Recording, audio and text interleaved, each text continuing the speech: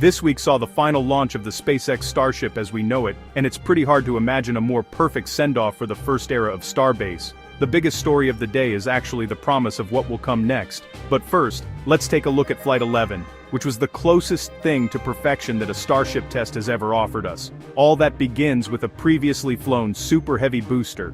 This is the same rocket we saw launch on Flight 8 in March 2025. The booster was returned to the Staractory for some cleanup and refurbishing, which included replacing some of the engines, but we still have 24 of the original Raptors from Flight 8, returning for Flight 11. And they performed beautifully.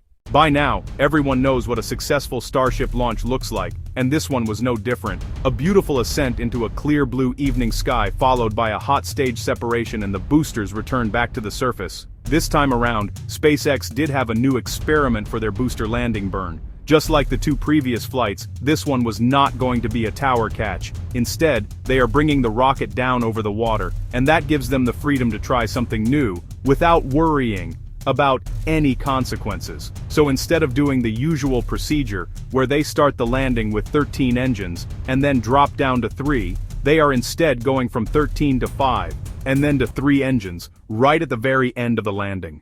SpaceX says that this is a test run of the new procedure for the next booster V3. It's basically just going to use a little bit less fuel for the landing burn, which means there's more fuel to burn for liftoff. Meanwhile, in space, the Starship is making its way flawlessly into a suborbital trajectory around the globe. All that we're really looking for here is that the ship remains in control the entire time, and nothing blows up.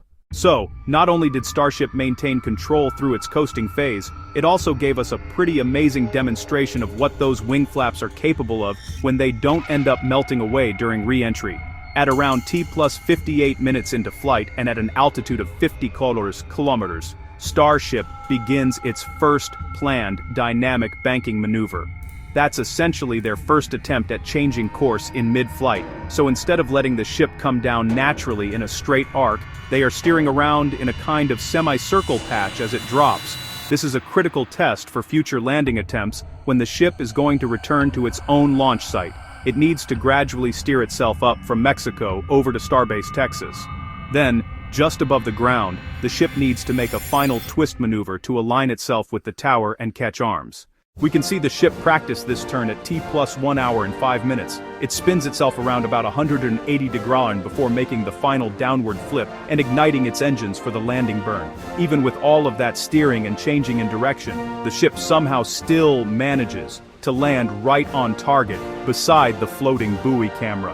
And we see it splash down lightly before tipping over and exploding. Now that is the last time that a Starship launch will ever look like that. Flight 12 is where the new chapter begins.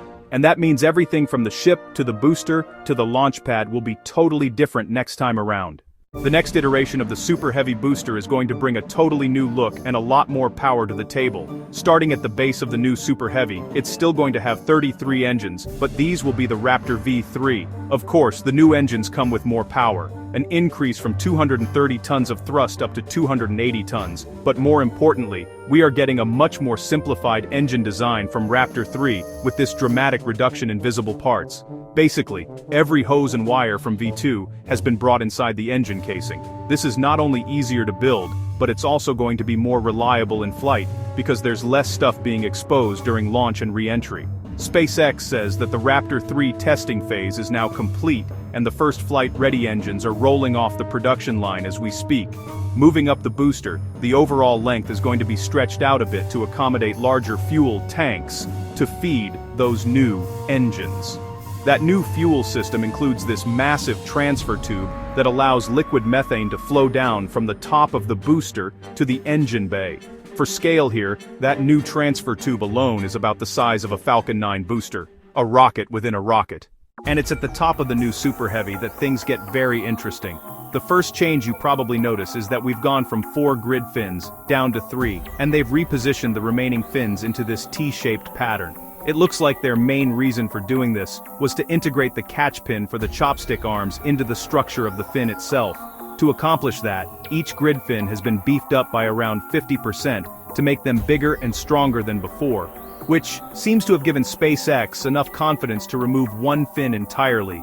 We know that deleting parts is Elon Musk's favorite design philosophy, so now we're going to find out whether they end up having to put it back, or not.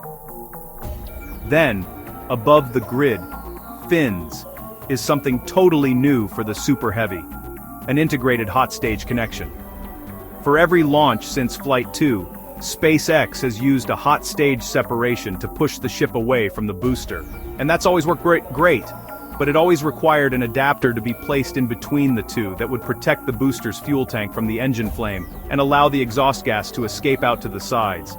That interstage adapter might seem like a small thing, but it weighed about 10 metric tons and had to be dropped into the sea after the separation was complete. So it's not a sustainable long-term solution. That's why the new booster has this triangle pattern of support beams at the top that provides a lot more open space to vent the exhaust gas, and in the middle is this new reinforced dome section that's actually the top of the methane fuel tank. And SpaceX has welded on these extra layers of steel in strategic locations to protect the tank from engine fire during the hot stage. Moving up the Starship itself, the V3 is going to look pretty similar to the existing design, but on the inside, it's getting a lot of new upgrades. Now, the current V2 ship is probably best known for having some reliability issues. Most of them experience a rapid unscheduled disassembly of one kind or another, and as far as anyone can tell, each one of those failures was able to shed light on a different issue with the overall design. SpaceX has spent this entire year finding problems, fixing them, then finding new problems, and repeating that process over and over again. Up until the previous flight test, number 10, which was mostly successful, but we did see the ship get rocked by an explosion in the engine compartment that shredded 2 of the rear control flaps prior to re-entry. So, after learning from all of those mistakes, the engineers at Starbase have completely redesigned the fuel delivery system for Starship V3. This rocket is also getting the upgraded Raptor engine, which should prove to be a lot more reliable. With all of that combined, this new Starship Super Heavy is going to be capable of deploying somewhere between 100 and 150 tons of payload into low Earth orbit. That's going to put it on par with the capability of the old Saturn V moon rocket from the Apollo program. Only Starship will also be fully reusable, something that would have been considered impossible back in the Apollo days.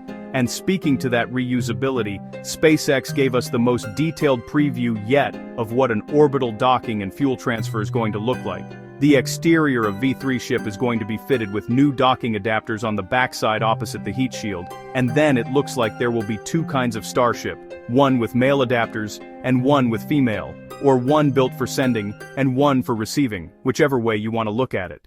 Then after making that connection, the 2 ships are going to transfer liquid fuel between them, which will allow the receiving ship to fly higher into space and reach new destinations. SpaceX has said that this new Starship V3 is not the final design, but it will be the one that first lands on the Moon and Mars, or attempts to land at least. We'll see how that goes.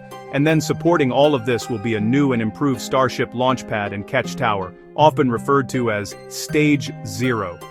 Flight 11 will be the final launch from Tower 1, and it will be the last time that SpaceX uses their upside-down showerhead flame diverter. Tower 2 has a more traditional flame trench and water deluge system at its base, the same as what you'd see underneath the Falcon 9, and then the tower itself will be taller and stronger than before, but the chopstick arms will actually be much shorter than the original Mechazilla. The reason for that is pretty simple.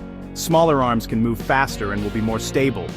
When SpaceX built the first set of arms, they'd never caught a rocket before, so they didn't know how much surface area they would need. Turns out, not very much. So now they're building smarter. That gives us a lot to look forward to, which is great news. It means that the next chapter for Starship will bring new and exciting times all over again, so stay tuned.